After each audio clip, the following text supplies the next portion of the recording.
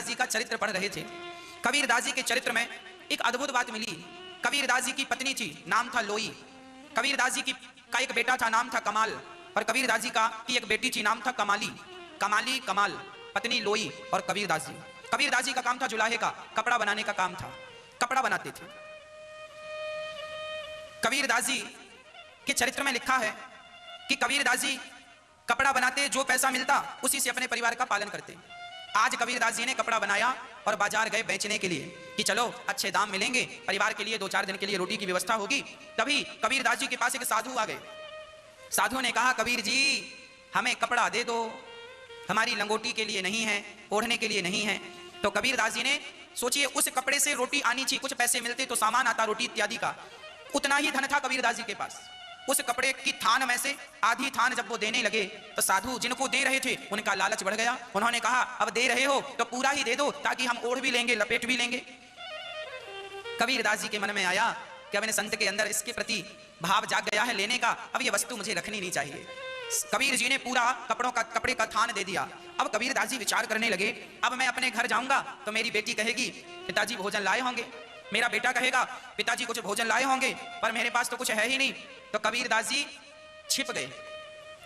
पास में जंगल था, वहां चले गए, पेड़ के नीचे बैठकर सीताराम राम राम राम राम राम राम राम सीताराम सीताराम कबीरदास जी जाप करने लगे राम राम का।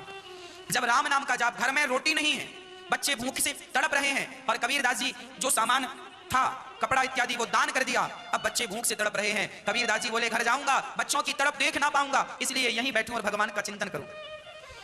भगवान पर अति विश्वास जब था हुआ कबीरदास जी को, राम राम जप रहे हैं। यहां कबीरदास जी राम को याद कर रहे हैं और वहां राम जी ने एक सेठ का रूप बनाया। भगवान श्री राम ने सामान भरा गाड़ी में और कबीरदास जी कहां पहुंच गए। अरे भाई कौन हो? कबीरदास जी की पत्नी आई, कौन हो? कबीरदास जी ने सामान बेचा है, उनका कपड़ा बहुत महंगा बिका है। देखो दान किया था ना कबीरदास जी ने, कपड़ा एक संत को दान कर दिया। वो संत कोई और नहीं थे, स्वयं भगवान। पहुंच गए परीक्षा लेने की, देखूं कि ये देते हैं कि नहीं। भगवान सब पहुंचे तो भगवान का नाम, भगवान का दिव्य स्वरूप उन्होंने दान किया, वस्त्र का दान किया। तो दान किया, दान कभी नष्ट नहीं होता। देर सवेर दान का परिणाम, दान का फल हमें मिलता ही है। कबीरदास जी को तुरंत मिल गया। भगवान स्वयं उनके यहाँ सामान में बढ़िया दाल चावल घी शक्कर गुड़ भर भर के गए और सामान उतारने लगे। कबीरदास जी की पत्नी बोली, इतना सामान? बोले हाँ, बहुत महंगा बिका है। 4 दिन हो गए कबीर जी को, अभी लौटे नहीं। तब कबीर जी को लगा चलो अब चल के देख लेना चाहिए घर की स्थिति क्या है। तब कबीरदास जी वापस आए तो देखा तो पत्नी बड़ी चंगा, बच्चे बड़े प्रसन्न, खा रहे हैं पी रहे हैं। कबीर जी बोले पत्नी से, देवी ये सब सामान कहां से? बोले आपका ही तो कपड़ा महंगा बिका है, उसी से तो ये आया है। कोई आया था गाड़ी में भरकर। कबीरदास जी समझ गए, प्रभु मेरे कारण आपको इतना कष्ट उठाना पड़ा, मेरे घर राशन पहुंचाने आपको आना पड़ा। कबीरदास जी रोने लगे और वो सामान उठा कर भंडारा बना करके बढ़िया पूरी सब्जी खीर बनाकर संतों को लुटाने लगे। ले जाओ भैया, ये प्रसाद है, प्रभु ने दिया है, सब पाओ सब पाओ। जितनी संपत्ति आई सब दान पुण्य करके भोजन करा के फिर दे दिया। पर भगवत कृपा ऐसी हुई कि कबीरदास जी के यहाँ स्वयं भगवान राशन देने आया करते थे, स्वयं भगवान उनका भरण पोषण करते थे। जब हम भगवान में समर्पण करते हैं, जैसे छोटा सा बच्चा माँ की गोद में है, माँ के भरोसे है, ना वो चल पाता है, ना वो कमा पाता है, ना अपने से खा पाता है, तो माँ बाप ही कमा कर उसे खिलाते हैं। खाता नहीं है तो माँ उसके मुंह पे डालती है थोड़ा थोड़ा और बच्चा खाता है। जैसे छोटा सा बच्चा माँ बाप के अधीन है, उसी प्रकार जब ये जीवात्मा पूर्ण रूप से भगवान के अधीन हो जाता है तो भगवान स्वयं इसका पालन पोषण करना शुरू कर देते हैं। भगवान तब तक पालन नहीं करते जब तक कि आप समर्पण ना कर दें। जब समर्पण कर देंगे तो पालनहार स्वयं भगवान कर रहे हैं, ये आपको बिल्कुल प्रत्यक्ष दिखने लग जाएगा, ये दिखने लग जाएगा। कोई आश्चर्य नहीं है, ये सब दिखेगा। प्रिय भक्तों, श्री कबीर जी ने भगवान का विश्वास नहीं तोड़ा, भगवान पर पूर्ण श्रद्धा रखी।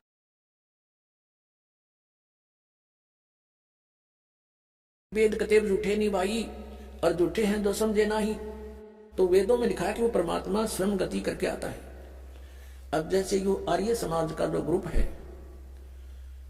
इसमें शिक्षित वर्ग बहुत है, और लेकिन वो अक्षर ज्ञान है, उनको जातम ज्ञान नहीं। उधर से महर्षि दानंद को भी कह का पता नहीं था जातम ज्ञान का, इसलिए उसने कोशिश की वेदों का अनुवाद करने की, और उसका अपना सिद्धांत था कि भगवान निराकार है। वो कहीं एक देश में नहीं रहता, एक देश में स्थान पर कहीं नहीं रहता, वो केवल सर्वव्यापक है, जैसे वायु है ऐसे भगवान है। पर भले आदमियों, निराकार परमात्मा इतनी बड़ी बड़ी स्ट्रक्चर कैसे बनाओगा वो? जैसे कोई नो कहे साकार कैसे बनाओगा, सुन लो साकार कैसे बनाओगा। साकार मनुष्य इंजीनियर है और जहाज बना दिया, हवाई जहाज, वायुयान बना दिया, समुद्री जहाज बना दिया, उसमें बैठ कर आराम से घूम रहा है और वो यान चल रहा है। निराकार कोई कारीगर बना के दिखा दो, मरे बादशाह के बनाओगा, वो कख बनाओगा।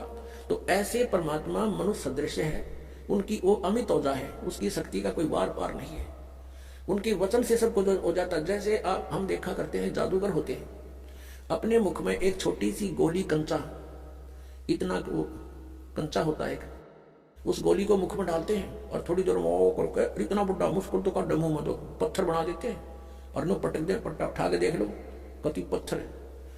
तो उस जब एक जादूगर इतना कुछ कर सकता है, और वो तो परम जादूगर, वो तो सर्वशक्तिमान, एक वचन में सब कुछ कर दे। तो ऐसे ही उस परमात्मा की महिमा से हमने परिचित होना। उस परमात्मा ने कहते हैं एक शब्द में सब किया, सकल जमी आसमान, एक वचन में सब कुछ बना दिया। तो समर्थ है, उसको वो कुछ भी कर सकता है। तो वो जानकारी स्वयं आकर दी। और ये निराकार बताओ भगवान को, और वेद के साकार है, निराकार है, मनुष्य सदृश है वो अपना आत्मा। इसलिए परमात्मा कहा करते मोती मुक्ता दर्शत नाही, ये जग है सब अंदरे, दिक्कत के तो नैण चश्म इनका फिरा मोतिया बिंदरे। ये दिक्क है विद्वान पुरुष और महर्षि को हमें, इनका मोतिया बिंद है, जिसका मोतिया बिंद हो आंखों में। आंखें तो दिखाई देती हैं, जैसे बड़ा स्वस्थ आंखें हैं, सब कुछ दिखता होगा, लेकिन वो नपटंदा है जिसका मोतिया बिंद हो गया दोनों आंखों में।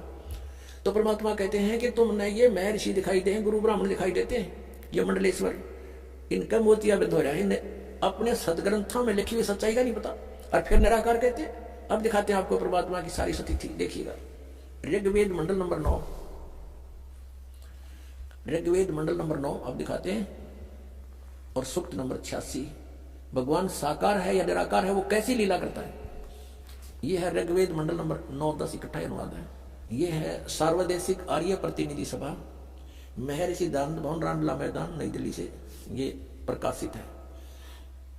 और ये मुद्रक के Prince offset printer 1510 Pataudi house Daryaganj नई दिल्ली से ये छपा है, छपा करना चाहिए। तो देखना, ये है ऋग्वेद मंडल नंबर 9 और सूक्त 86 का मंत्र नंबर 26। इसमें लिखा कि यज्ञ करने वाले यजमानों के लिए परमात्मा, यज्ञ करने वाले माने धार्मिक अनुष्ठान यानी साधना करने वाले, यजमान माने भक्तों के लिए परमात्मा सब रास्तों को सुगम करता हुआ उनके विघ्नों को मर्दन करता है और उनको पवित्र करता हुआ और अपने रूप को सरल करता हुआ वह कांति में परमात्मा। यह लिखना था कबीर देव। कवि कोई भी सर्वज्ञ नहीं हो सकता जिसको सारा ज्ञान हो। कवि कविता बना सकता है, ये कबीर देव लिखना था। वो कबीर देव विद्युत के समान यानी आकाशीय बिजली की तरह सेकंड में नीचे आ जावे, क्रीड़ा करता हुआ, ऐसे लीला करता हुआ वर्णीय पुरुष को यानी अच्छी आत्मा को प्राप्त होता है। अच्छी आत्मा को आके मिलता है, जैसे आदरणीय धर्मदास जी को मिले, आदरणीय नानक साहिब जी को मिले, आदरणीय मुलकदास साहिब जी को मिले, आदरणीय दादू साहिब जी को मिले, आदरणीय गरीबदास साहिब जी गांव छुड़ानी जिला ददर हरियाणा वाले को मिले, आदरणीय गीसा दास साहिब जी गांव खेखड़ा यूपी मेरठ वाले को मिले। तो अच्छे पुरुष को आकर प्राप्त होता है। वो कहाँ रहता है भगवान? 27वें श्लोक में, ऋग्वेद मंडल नंबर 9 और सूक्त नंबर 86 का 26 पढ़कर 27 में पा गए। इसमें इन्होंने ये जो निराकार मानते थे भगवान को और वेद बता रहे हैं, वह परमात्मा प्रकाश पुंज परमात्मा को, जो परमात्मा ध्रुवलोक के तीसरे पृष्ठ पर विराजमान है, वहां रहता है। तीसरे एक स्थान पर रहता है ध्रुवलोक के, यानी उस तेजों में लोक सतलोक के एक स्थान पर, तीसरे स्थान पर विराजमान है, स्थान पर विराजमान है, वहां रहता है। निराकार के ऊपर भगवान जब वहां बैठा है, आगे दिखाते हैं। यह है ऋग्वेद मंडल नंबर 9 सूक्त 82 का, ऋग्वेद मंडल नंबर 9 और सूक्त 82। और यहां देखें, यह है 82वां, 81वां समाप्त हुआ, यह 82वां शुरू हो जाता है। इसका प्रथम मंत्र, इसमें लिखा है कि जो सर्वोत्पादक प्रभु, सबकी उत्पत्ति करने वाला परमेश्वर प्रकाश रूप है। इसका अर्थ है वो तेजों में रूप साकार है, सद्गुणों की वृष्टि करने वाला, पापों का हरण करने वाला, पाप नाश करने वाला, पाप क्षमा करने वाला है, वह राजेव, राजा के समान। राजेव इसका अर्थ है राजा के समान आगे लिखा है। ये देखना, ये 269 पृष्ठ पर पढ़ रहे हैं। कोई भ्रमत कर देगा, दूसरा पृष्ठ दिखा दिया होगा। ये 270 दिखाऊंगा। ये देखो 270 यहाँ लिखा है। 82 का पहला पढ़ रहे हैं, 82 का, 9 के 82 का। राजा के समान दर्शनीय है, वो देखने जोगा है, विजिबल है, वो साकार है। राजा की तरह तो मनुष्य जैसा ही हुआ। और वह है पृथ्वी आदि लोक लोकांतरों के चारों ओर शब्दमान हो रहा है। वह वर्णीय पुरुष को, वर्णीय माने अच्छी आत्मा को, श्रेष्ठ पुरुष को, जो दृढ़ भक्त है, जो दृढ़ भक्त है उसको पवित्र करता हुआ प्राप्त होता है। जैसे आदरणीय धर्मदास साहिब जी को, जो दृढ़ भक्त थे, उसके बाद डगमग नहीं हुए। आदरणीय मलुकदास साहिब जी को, आदरणीय दादूदास साहिब जी को, आदरणीय गरीबदास साहिब जी गांव छुड़ानी जिला ददर हरियाणा वाले को, और आदरणीय गीसादास साहिब जी को गांव खेखड़ा मेर यूपी वाले को। ये दृढ़ भक्त आज तक डगमग नहीं हुए, दुनिया को हिला के रख दिया इन्होंने। इनको भगवान में ले आकर के को पवित्र करता हुआ प्राप्त होता है वर्णीय पुरुष, अच्छी आत्मा को। जिस प्रकार विद्युत माने आकाशीय बिजली स्नेह वाले स्थानों को आधार बनाकर प्राप्त होता है। देखो कितना स्पष्ट किया इन्होंने। ऋग्वेद मंडल नंबर 9 और सूक्त नंबर 81 में कति कंसेप्ट क्लियर कर दिया कि वो परमात्मा राजा की तरह देखने जोगा है। राजा का अर्थ है कि वो शक्तिशाली होता है, मनुष्य सदृश ही है, राजा के समान है और साकार है, देखने जोगा है। और वो अच्छी आत्मा को वहां से चलकर आकर मिलता है। और जो दृढ़ भक्त होते हैं उनको मिलता है, अन्य को नहीं। जैसे आकाश की बिजली, आकाशीय बिजली गिरती है, वो किसी वस्तु पर गिरती है जहां उसका विशेष अट्रैक्शन बनता है। पुराने समय में जब कांसी धातु के बेले थाली हुआ करते प्रांत, और उनको अगर वर्षा के दिनों में कहीं बाहर वो पड़े रह जाते तो हमारे बुजुर्ग दादी माता कहा करते थे कि कांसी के बर्तन पर बिजली गिर जाती है, जब उसका संयोग होता है ऊपर से गिरने का, तो वहां अवश्य उसी को तुरंत वहीं आकर के अट्रैक्ट होती है, उसका खिंची आती है, उसी पर गिरती है। उसको उठवाकर अंदर रखवा दिया करते थे। तो कहने का भाव ये है कि परमात्मा उस बिजली की तरह, जैसे वो अपने विशेष जिस पर वो आकर्षण होता वहीं गिरती है, इसी स्थिति से परमात्मा उन दृढ़ भक्तों को आकर मिलता है जो मिलन योग्य हों, जिनको वो उनसे आकर्षित होता है, ताकि ये मेरी आगे बढ़ा सके, इस ज्ञान को, काल के जाल को हटा सके, मेरे प्यारी आत्माओं तक ये संदेश पहुंचा सके। और उनका क्या कर ले, आंखें देखें जब भी ना मानो ना भगवान मिल लगा, उन तो काले मिल लगा जहां रह रही है। अब 9वें मंडल सूक्त 82 का मंत्र 1 पढ़ गया, अब 2 दिखाते देखिएगा। ऋग्वेद मंडल नंबर 9 सूक्त 82 का हमने ये पढ़ लिया, अब 2 पढ़ते हैं। वो परमात्मा किस उद्देश्य से आता है? हे परमात्मा, उपदेश करने की इच्छा से आप महापुरुषों को प्राप्त होते हो, अच्छी आत्माओं को, महान आत्माओं को प्राप्त होते हो, और आप अत्यंत गतिशील पदार्थ के समान हमारे आध्यात्मिक यज्ञों को प्राप्त होते हो। यानी अत्यंत गतिशील पदार्थ के समान, यानी जैसे बिजली चलती है, बिजली जैसी गति से आप, और उपदेश करने के लिए आते हो, यहाँ पर सच्चा ज्ञान देने के लिए।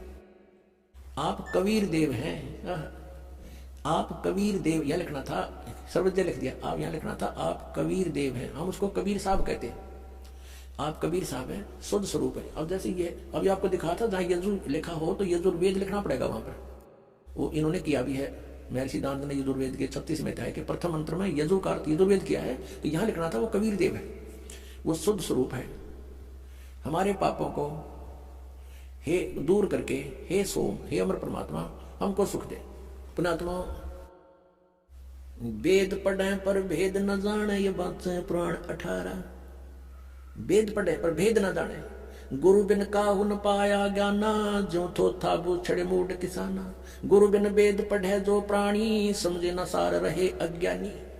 ये अज्ञानी रहे, वेदों को पढ़ा करते, मैं ऋषि को आगे इन्हें कक्का भी नहीं पता था।